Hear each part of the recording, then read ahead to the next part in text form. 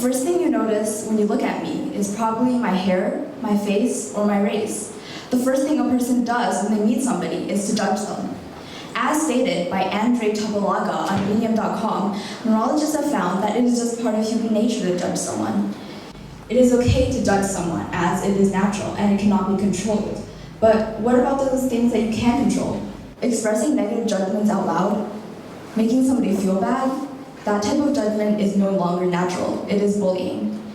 Today, I will only be talking about means of verbal bullying and not physical bullying, as the wounds of physical bullying cannot be fixed by words and cannot be stopped by changing yourself or your mindset. One reliable website I suggest is stopbullying.gov, which is managed by the U.S. Department of Health and Human Services and provides help for kids, teens, and adults, and has a hotline in both English, Spanish, and the deaf/hard of hearing. Bullying can happen so often that no one can notice it. Bullying isn't just calling somebody names or picking something out about them.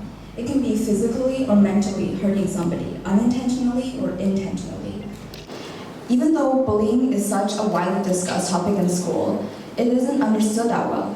According to the website DoSomethingAboutIt.com, they found that 160,000 students have skipped school due to bullying, and 1 in 5 students are bullied in school. Adults can be affected by bullying too. As stated by Medical News Today, adults who are bullied in school have grown up to be in poorer physical and mental health than those who weren't bullied. And a survey by doctors of Ethiopathic medicine found that 31% of adults have admitted to being bullied. Some of you might be wondering, why should I care about this? This has never happened to me. Well, because people around you might be experiencing this.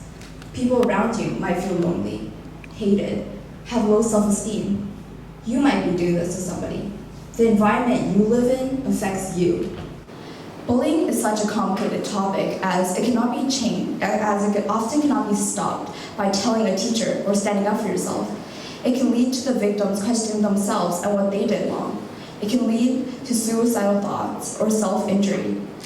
Even though there are thousands of articles, websites, and videos on how to stop bullying, how to prevent it, how to ignore it, there is still so much bullying going on. But bullying is inevitable. We shouldn't try to stop bullying itself, but take advantage of the opportunity and change it into an opportunity instead of a hardship. The damage of bullying is not temporary, and even if bullying stops, long-term repercussions are still evident. Take my friend Betty. Betty really loves cats. She has a deep love for the animal and loves everything about cats. Cat videos, cat cafes, cat merch, cats mean the world to her. But one day at school, while Betty was wearing her cat merch and talking about a cat cafe she went to, one of her peers came up to her and started making fun of her for her love of cats. A lot of people have been in similar situations. People who have found themselves in these type of situations will probably start questioning themselves. You will probably feel really embarrassed. If you think of alternating yourself, are you going to change because you want to? Are you going to give up on your passions and interests because you want to? Are you going to give up on your hobbies just because it doesn't sit right with somebody? Are you going to let all those cats down? Is that really what you want? Now, you might be thinking, what if I get picked on for something I can't control? My body, my personality? Well, take me for example. I'm not the tallest in my grade, and I'm below average, but I'm okay with my height. I wouldn't say I'm too short, but not too tall. A lot of you are probably looking at me and trying to guess how tall I am. 5'2" with shoes on, which I admit is short, but I wouldn't say that short. I'm comfortable with my height. I don't see it as a problem.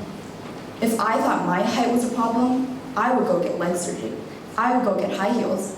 I would go get help, but I don't want to. People who get told that they have flaws shouldn't think of alternating themselves. But it is natural to want to be liked by others, but if you go too far, you become a people pleaser. Becoming a people pleaser is associated with the borderline personality disorder, or BPD, as stated by Medical News Today. Becoming a people pleaser can be a result of abusive relationships and is caused by the desire and need to be loved, and can result in both bullying or physical bullying. It is impossible to truly please somebody, as no one is perfect. You are only perfect when you're happy and comfortable being the person you want to be, and not what others want you to be.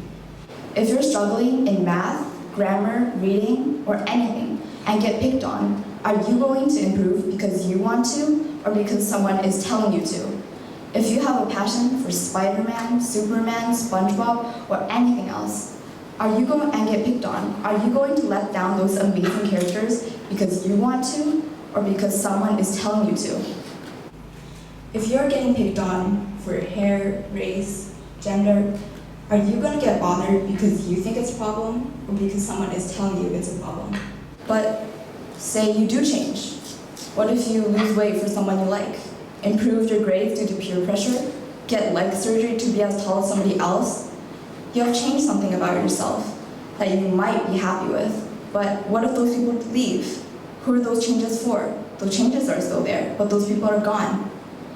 You determine your own happiness. You determine if you're going to listen to them or yourself. You determine if you are going to let those people get to you. If you change for them and not yourself, you won't be the happiest version of yourself, but a figure molded by other people. And yes, it is impossible to change how they think of you. And yes, it is impossible to ignore what they say, but self-acceptance is possible. If you're insecure about something and someone is reminding you about it, it's okay to feel bothered, but no one is perfect. This doesn't just apply for bullying, but anything else in life. Relationships, love interests, friendships, any changes you decide to make should only be for yourself and not anyone else. People come and go, but we will always have ourselves. It is hard to ignore these days. Those voices will keep on echoing in your head and reminding you, but no one is perfect, and we should learn to accept that. How could other people learn to accept you without you being able to accept yourself? Thank you.